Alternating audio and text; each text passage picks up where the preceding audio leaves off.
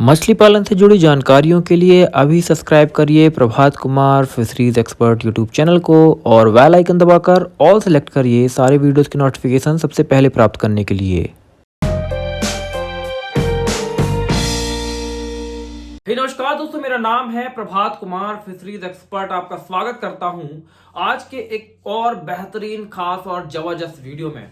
दोस्तों, आज की इस वीडियो में मैं मछली पालकों और मछली पालन से जुड़ी एक बहुत ही महत्वपूर्ण समस्या के बारे में बात करने वाला हूं। और वो समस्या है कि जब भी कोई एक नया मछली पालक एक नए तालाब का निर्माण करने की इच्छा रखता है, या कई बार ऐसा भी होता है कि जो तालाब पहले से बने हुए हैं उन तालाबों में पानी नहीं रुकता है। जी हाँ, तो जो आज का हमारा टॉपिक है, जिस पे मैं आपको पूरा एक नॉलेज देने वाला हूं, पूरा एक्सप्लेन करने वाला हूं, सॉल्यूशन देने वाला हूं, वो है कि यदि आप मछली पालन करने जा रहे हैं और आप उस जमीन में मछली पालन करने का सोच रहे हैं जिसमें पानी नहीं रुकता है, या तो फिर आपने एक ऐसा तालाब देखा जो पहले से बना हुआ है लेकिन उस तालाब के अंदर पानी नहीं है, क्योंकि जैसे ही बरसात का पानी तालाब के अंदर भरता है वो पानी बहकर सीपेज हो जाता है। मतलब जिस तरीके से आपने देखा होगा ना कि घरों में बरसात का पानी नीचे सीलिंग से सीपेज होने लगता है, उस तरीके से जब तालाब में पानी भरता है ना तो वो पानी सीपेज होकर नीचे ग्राउंड वाटर में चला जाता है, यानी भूमिगत जल में चला जाता है।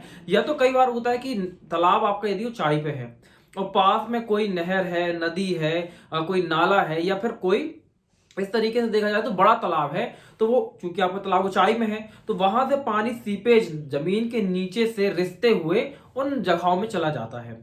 पर अब समस्या की बात यह है कि ऐसा होता क्यों है, और जिस भी तरीकों से होता है, जिन भी वजह से होता है, वो तो मैं आपको बताऊंगा ही। उसके बाद मैं आपको इसके सॉल्यूशन के बारे में बताऊंगा कि किस तरीके से आप इस समस्या का सॉल्यूशन प्राप्त कर सकते हैं। लेकिन दोस्तों, वीडियो शुरू करने से पहले यदि आपको नहीं पता तो हमारा मोबाइल एप्लीकेशन जो कि मछलीपालन.com के नाम से ही लॉन्च हो चुका है, प्ले स्टोर पे अवेलेबल है।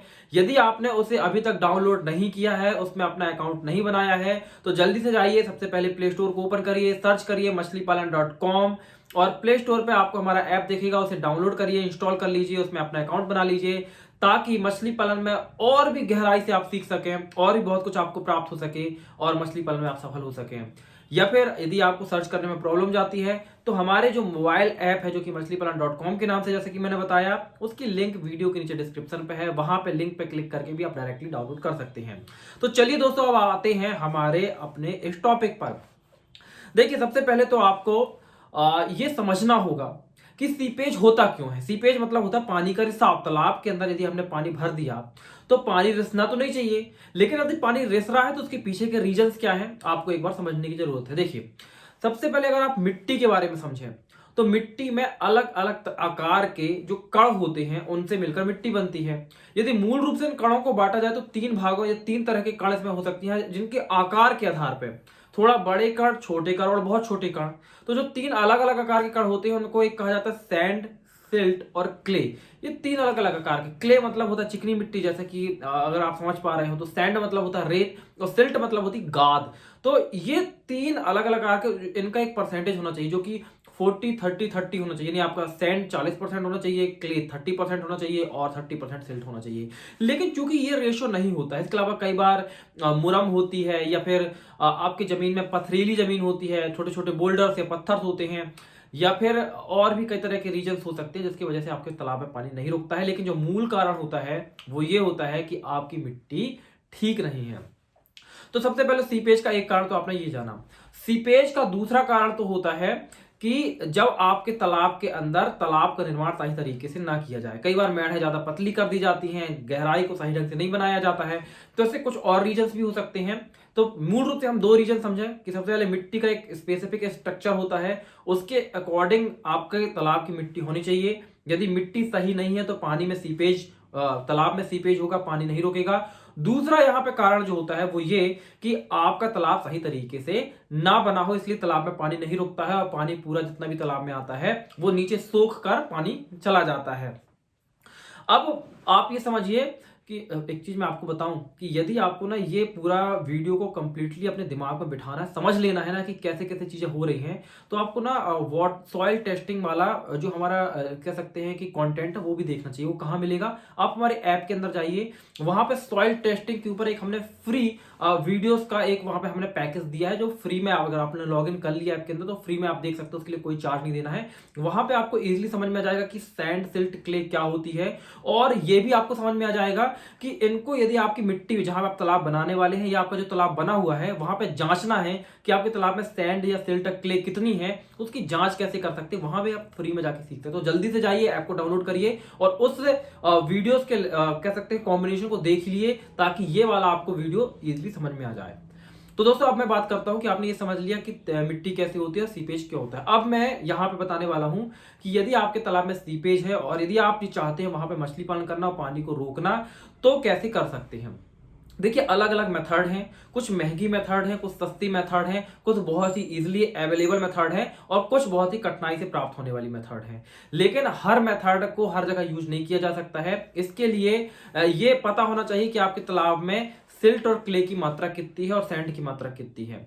सबसे पहले देखिए जो मेथड होती है ना, वो इनमें डिफ्रेंशिएट करने के लिए हम ये एक रेशियो निकाल लेंगे कि सैंड और सिल्ट का परसेंटेज क्या होता है। जैसे नॉर्मली अगर कोई ट्रीटमेंट नहीं करना और नॉर्मल जो अच्छी जमीन होती है वहां पे 30% मिट्टी में सिल्ट होगी, 30% क्ले होगी और 40% वहां पे सैंड होगी। यदि इस तरह की मिट्टी है तो उसमें कोई ट्रीटमेंट नहीं करना, डायरेक्ट तालाब खुदवाइए, वहां पे पानी रुकेगा ही रुकेगा। लेकिन यदि सिल्ट और क्ले की मात्रा ज्यादा कम होती है और वहां पे सैंड की मात्रा अधिक होती है, तो वहां पे फिर पानी रुकने में समस्या जाती है। तो अब इसी रेशो के अकॉर्डिंग जैसे जैसे सिल्ट की मात्रा कम होती चली जाएगी, हमारी मेथड जो होगी ज्यादा इंटेंसिवली होती चली जाएगी और महंगी होती चली जाएगी। तो मैं आपको बताने वाला हूं कि कैसे कैसे इन मेथड्स को यूज करना, क्या क्या मेथड्स हैं। देखिए दोस्तों, यदि आपको तालाब में पानी नहीं रोकता और पानी रोकना, तो सबसे पहली मेथड होती है कि नेचुरल प्रोसेसेस को तेज कर देना। देखिए कोई भी नेचुरल तालाब हो ना, वहां पे लगातार यदि मछली पालन 2-4 साल से हो रहा है या नेचुरल भी तालाब है वहां पे, तो कुछ सालों के बाद में जो पानी की सीपेज की समस्या है वो कम हो जाती है। ऐसा क्यों होता है?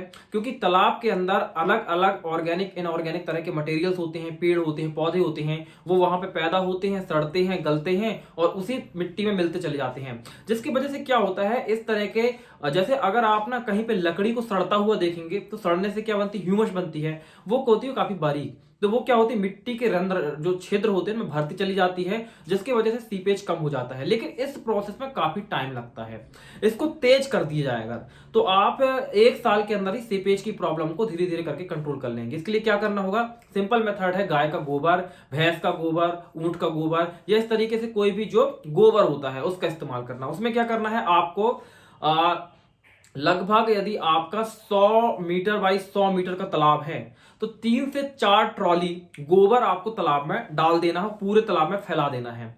उसके बाद आपको उसमें पानी भर देना है और कुछ दिन उसको सड़ने देना है। उसके बाद फिर आप पानी भर दीजिए, सीपेज होगा, ऐसा नहीं कि इस वाली मेथड से सीपेज रुक जाएगा, सीपेज होगा, लेकिन आप लगातार जब गोबर डालते रहेंगे हर 1 महीने में, हर 6 महीने में, तो वहां पे क्या होगा, रंध्र, क्योंकि वो गोबर सड़ेगा, पानी में जाके सड़ेगा और उसका जो एक प्रकार से पूरा ह्यूमस बनेगा वो जाके मिट्टी के जो रंध्र होते हैं उनमें भरता रहेगा और एक समय ऐसा आएगा, साल 2-1.5 साल के बाद में, कि सीपेज ऑलमोस्ट 90% तक कम हो जाएगा।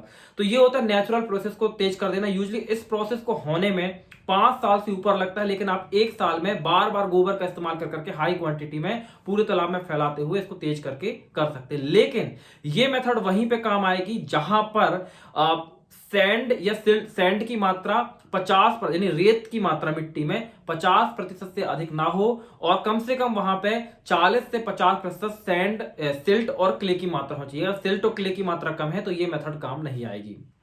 इसके अलावा दोस्तों दूसरी मेथड है ग्लाइजेशन। दोस्तों ग्ले का मतलब होता है एक ऐसी लेयर, आर्टिफिशियल लेयर बना देना जिसके वजह से आप तालाब में पानी के रिसाव को रोक दें। इसके लिए क्या करना होता है, बड़ी सिंपल और साधारण सी मेथड होती है।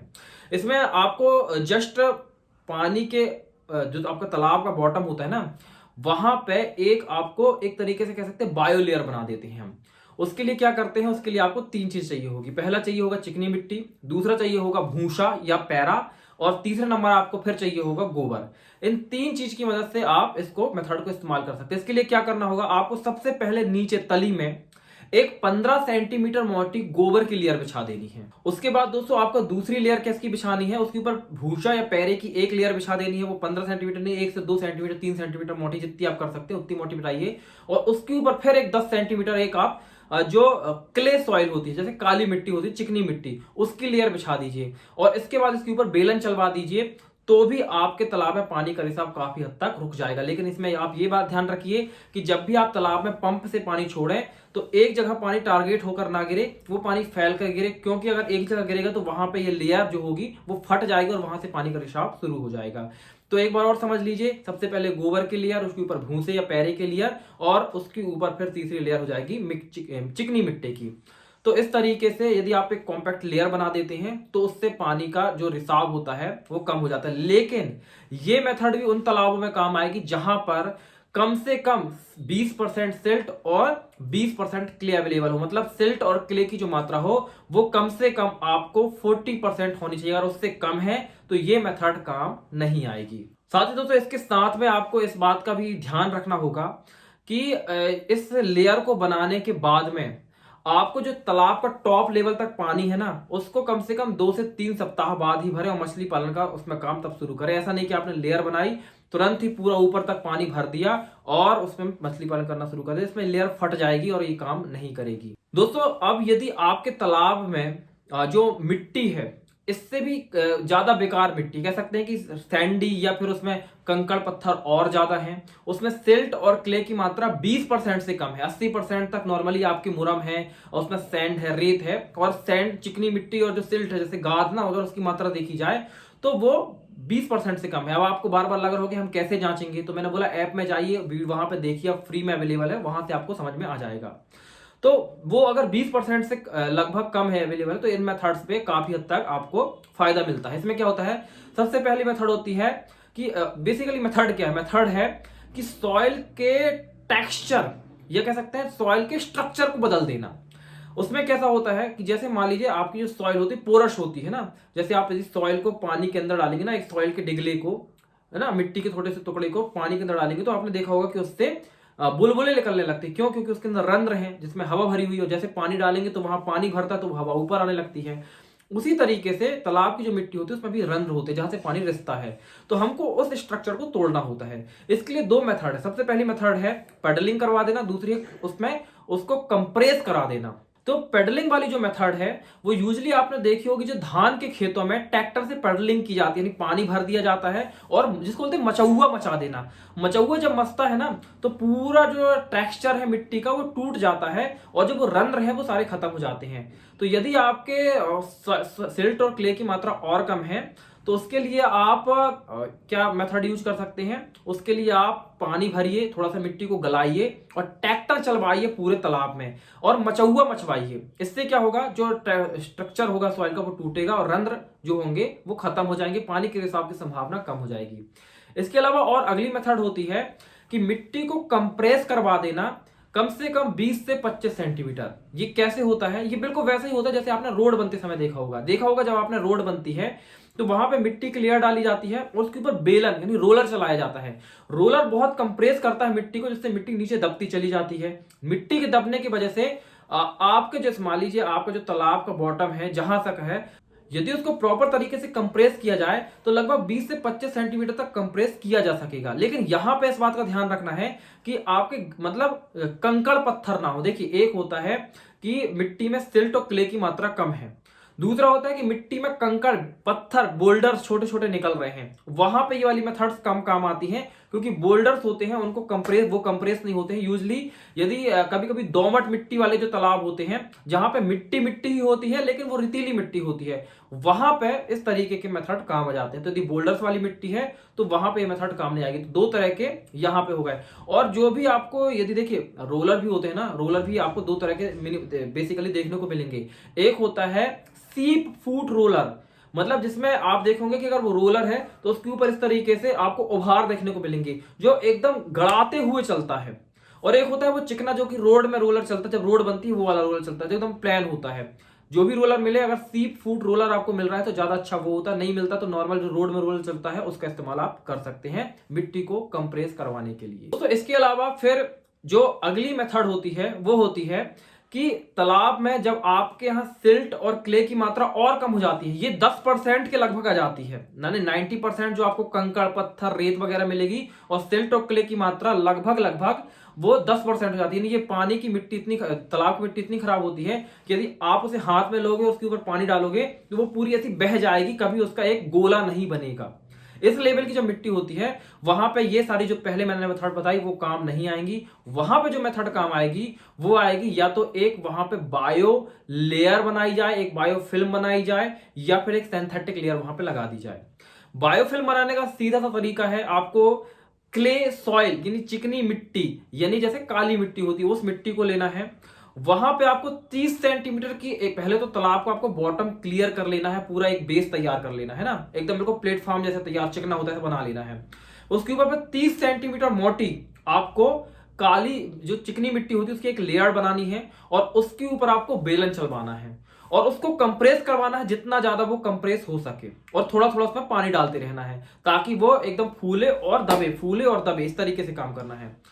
एक बार वो दब गई थोड़ा देर के लिए तो छोड़िए, उसके बाद फिर 30 सेंटीमीटर मोटी उसके ऊपर एक काली चिकनी मिट्टी की लेयर डालिए और फिर उसको बेलन से दबाइए।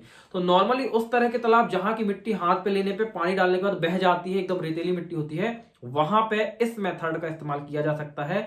लेकिन इस मेथड को यूज करते समय आप ये देख लें कि तालाब के अंदर किसी तरह की कोई लकड़ी के खुत्ते ना निकले हों, या कोई पत्थर ना हो, बुलडोजर्स ना हो, कंकड़ ना हो, इस तरीके से नॉर्मल आपका जो बेस है वो एकदम क्लियर हो जाए, ताकि वहां से जो आपने पूरा एक लेयर बनाई ना मिट्टी की वो फट ना जाए कहीं पास से। और पानी छोड़ते समय इस बात का ध्यान रखिए कि जब आप पानी छोड़ेंगे तो वो एकदम डायरेक्ट टारगेट करके तालाब में ना गिरे, वरना वो जहां गिरेगा वहां की वो लेयर फाड़ के नीचे तक चली जाएगी और वहां से पानी का रिसाव शुरू हो जाएगा। इसके अलावा दोस्तों जो अगली मेथड है वो काफी एक्सपेंसिव है, बहुत सारे लोगों ने अलग अलग जगह देखी है, वो है पॉली पॉन्ड तैयार करवा लेना। इसके लिए नॉर्मली आप तालाब बनाते हैं, उसे बनाते हैं और उसके ऊपर पॉलिथीन की एक लेयर बिछा देते हैं, या फिर आप जो पीवीसी का एक पूरा उसके ऊपर कवरिंग करा देते हैं जिसको हम पॉली पॉन्ड यूजली कहते हैं। तो उस तरीके का यदि आप तालाब बनवा रहे हैं तो उसकी कॉस्ट बहुत ज्यादा होती है। यूजली अगर आप किसी भी ऐसे स्टार्टअप या कंपनी से वो काम करवाते हैं अपने तालाब में तो 5-7 लाख रुपए तक खर्च आ जाता है, डिपेंडिंग ऑन योर केस कि आपके केस में क्या लग रहा है ना, कितने माइक्रोन का आप वहां पे पीवीसी या यहाँ पे पॉलिथीन लगा रहे हैं, उसके ऊपर आपका जो पैसा है वो बढ़ता या घटता है। तो लेकिन उसका खर्च काफी हो जाता है। उसके साथ में कुछ डिसएडवांटेज भी होते हैं कि सभी तरह की मछलियों का पालन उसमें करना थोड़ा सा मुश्किल होता है, हालांकि पालन हो जाता है लेकिन थोड़ा सा मुश्किल होता है। दूसरी बात ये होता है कि वो जो होते हैं जिस भी तरह के पॉलीपॉन्ड होते हैं, यदि वो डायरेक्ट सनलाइट उनमें पड़ती रहती है तो उनकी एक मतलब एक लाइफ होती है, उसके बाद वो खराब भी हो जाते हैं। तो खर्च ज्यादा है, एक्सपेंसिव है, थोड़ा सा मेंटेन करना होता है। दूसरी बात ये होती है कि यदि कोई नुकीली चीज उसमें गिरी, वो पंचर हो गया मतलब कि फट गया, फिर वहां पर से पानी रिसना शुरू हो जाएगा। तो कुछ डिसएडवांटेज हैं, लेकिन यदि फाइनली किसी को करना ही है तो उस मेथड का भी यूज कर सकता है, लेकिन उसमें एक आपके पास अच्छा खासा बजट होना चाहिए। दोस्तों ये तो हो गई कुछ और मेथड्स, यदि लेकिन इसके अलावा यदि फिर भी 10% तक या 10% से कम सिल्ट या किले की मात्रा आपके तालाब में है तो एक अन्य मेथड है जिसको बोला जाता है, या एक पाउडर या एक तरह की मिट्टी होती है जिसको बोला जाता है बेंटोनाइट।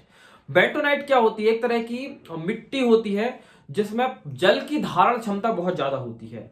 मतलब यदि 1 किलो की मिट्टी है, कितनी है? 1 किलो मिट्टी है तो 12 लीटर पानी वो अपने अंदर सोख के रख लेगी। मतलब नॉर्मली कितना पानी मिट्टी सोख सकती है? यदि 1 किलो मिट्टी ली जाए तो उसमें ज्यादा से ज्यादा आधा लीटर पानी डालेंगे, उसके बाद वो मिट्टी लिसलिसी हो जाएगी और वो पूरा लिक्विड बनने लगेगी। लेकिन जो बेंटोनाइट होता है उसके अंदर 12 लीटर पानी आप डालोगे फिर भी वो थोड़ा सा हार्ड रहेगा, सोख के पानी को सोखता रहता है।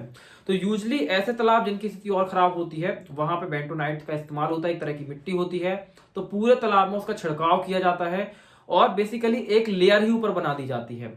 लेकिन इसके डिसएडवांटेज ये है, इसमें पानी रुकता आता है, आपका तालाब काफी हद तक जो सीपेज है उससे बच जाता है।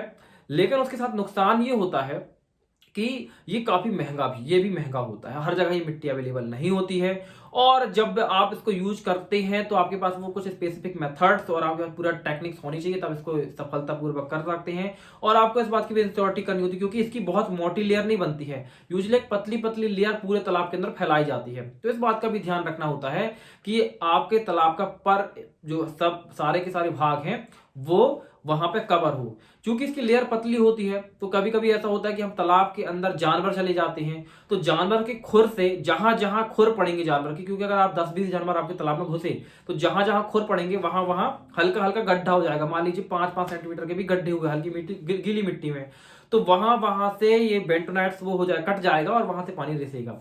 दूसरा इसके साथ डिसएडवांटेज क्या होता है कि ये अगर देखिए मैंने कहा ना कि पानी को सोख लेता है 12 गुना, लेकिन अगर पानी से 12 गुना निकाल दिया जाए तो वापस अपनी मूल अवस्था में आ जाएगा। यानी 1 किलो बेंटोनाइट और उसमें 12 लीटर पानी, कितना हो गया 13 किलो। लेकिन अगर ये 13 किलो पानी भाप बनकर जाए तो वापस क्या हो जाएगा, सुकड़ जाएगा। अब चूंकि ये सुकड़ता है ना, तो अगर ऐसा कोई तालाब है जो कि सूख रहा है तो सूखने के बाद इसमें बहुत भयंकर क्रैक्स आ जाते हैं और वहां से भी पानी रिसना शुरू हो जाता है। तो ऐसे तालाबों में इसका इस्तेमाल करना चाहिए जहां पे हमेशा तालाब के अंदर नमी बनी रहे, और यदि नमी जाती है तो तालाब में बड़े बड़े क्रैक्स आ जाते हैं। तो दोस्तों ये कुछ मेथड्स थी, इसमें से आपको कौन सी मेथड यूज करनी चाहिए। देखिए मैं आपको सिंपली बताता हूं। सबसे पहले तो आप समझ लीजिए कि आपके तालाब में सैंड सिल्ट क्ले की मात्रा कितनी है। कैसे करेंगे, फटाक से ऐप पे जाइए, वहां पे वो वीडियोस की कुछ सीरीज पड़ी हुई है, फ्री सीरीज है, जाइए और उनको देख लीजिए। आपको समझ में आ जाएगा कि सिल्ट की मात्रा 20% है, 30% है, 40% है, कितने परसेंट एटलीस्ट सिल्ट की मात्रा बन रही है, क्ले की मात्रा बन रही है। उसके बाद आपको कुछ नहीं करना, सबसे पहले अपने तालाब में आपको काली मिट्टी डलवानी है। काली मिट्टी यानी चिकनी मिट्टी डलवानी है। और तालाब में आपको प्रॉपर तालाब बना लीजिए, काली मिट्टी डलवाइए, तालाब की जुताई करवा दीजिए। उसके बाद उसमें पानी भरवाइए, और पानी भरवाने के बाद आप उसमें पटलिंग करवा दीजिए, जिसको बोलते हैं मचौआ। जब एक बार मचौआ उसका मच जाए, उसमें नीचे एक लेयर आप गोबर की डलवाइए, उसके बाद मिट्टी की डलवाइए, फिर एक लेयर गोबर की डलवाइए, फिर एक लेयर मिट्टी की डलवाइए, और उसके बाद आप उसके ऊपर बेलन चलवा दीजिए। आप अगर इतना काम कर लेते हैं तो नॉर्मली आपके तालाब में अगर 30% 40% भी सिल्ट और क्ले की मात्रा है, बहुत ज्यादा पानी नहीं रिसता। मतलब यूजली अगर मैं एक आपको वो दूं ना, आइडिया दूं कि कैसे पता करें कि मेरे तालाब में ज्यादा पानी रिसता है या कम पानी रिसता, तो एक तो होता है कि तालाब में पानी डाला पूरा पानी सूख गया है ना, तो वहां पे तो ये मेथड यूज करनी ही पड़ेगी। दूसरा होता है कि कई कई बार ऐसा होता है कि 5 सेंटीमीटर से ज्यादा पानी अगर पर डे आपका कम हो रहा है तालाब में सीपेज की वजह से, तो फिर आपको तालाब में इस तरह की मेथड को यूज करना चाहिए। तो इस तरीके से यदि आप अपने तालाब को करेंगे, एक बार और समझा देता हूं मैं कि नॉर्मली आप तालाब में काली मिट्टी डलवाइए, लगभग 5-10 सेंटीमीटर की जुतवा दीजिए, तो तालाब की मिट्टी और काली मिट्टी आपस में मिक्स हो जाएंगी। उसके बाद उसमें पानी भरवाइए, ट्रैक्टर से पूरे तालाब का मचौआ मचवा दीजिए, मतलब पडलिंग करवा दीजिए। ये क्लियर हो गया। इसके बाद आपको जस्ट क्या करना है, वहां पे एक लेयर काली मिट्टी, इसके ऊपर एक लेयर गोबर, फिर काली मिट्टी, फिर गोबर, काली मिट्टी, जो भी आप लेयर बना सकें उसके ऊपर इतना करवा के और बेलन चलवाते रहिए। 3-4 बार अगर लेयर डल के बेलन चल गया तो आपका तालाब सील हो जाएगा, फिर पानी नहीं रिसेगा। लेकिन थोड़ा सा ध्यान इस बात का रखिएगा कि जब भी आप तालाब में पानी डालें तो डायरेक्ट वो जो आपने लेयर बनाई है वो डैमेज ना हो। और कुछ साल तक लगातार गोबर मैन्योरिंग का इस्तेमाल करने के बाद, मछली पालन करने के बाद, सीपेज की प्रॉब्लम ऑटोमेटिक धीरे धीरे कम ही होती है, बढ़ती नहीं है। तो आपका तालाब काफी समय के बाद ठीक ठाक हो जाएगा। दोस्तों ये थी वो जानकारी जो कि सीपेज यानी तालाब में पानी न रुकने की समस्या के समाधान के संबंध में थी। मुझे लगता है कि ये जो वीडियो आपको पसंद आई होगी। हालांकि ये पूरी एक तरह की थ्योरेटिकल एक्सप्लेनेशन वीडियो थी, लेकिन कॉन्सेप्ट आपको क्लियर हो गया होगा। आगे चल के मैं इसके ऊपर कुछ प्रैक्टिकल डेमोन्स्ट्रेशन भी दिखाऊंगा। जब मैं दिखाऊंगा तो आपको वो मिल जाएंगे इसी यूट्यूब चैनल पर। तो जब तक आपने सब्सक्राइब नहीं किया इस यूट्यूब चैनल को, तब तक आप सब्सक्राइब कर लीजिए, ताकि जब भी आगे इस तरह की वीडियो मिले आपको उसका नोटिफिकेशन मिलता रहे, आप वीडियो देखते रहें। ऐप को डाउनलोड नहीं किया, जल्दी से जाइए ऐप को डाउनलोड करिए। मिलता हूं दोस्तों अगली वीडियो में, तब तक के लिए जय हिंद, जय भारत, वंदे मातरम।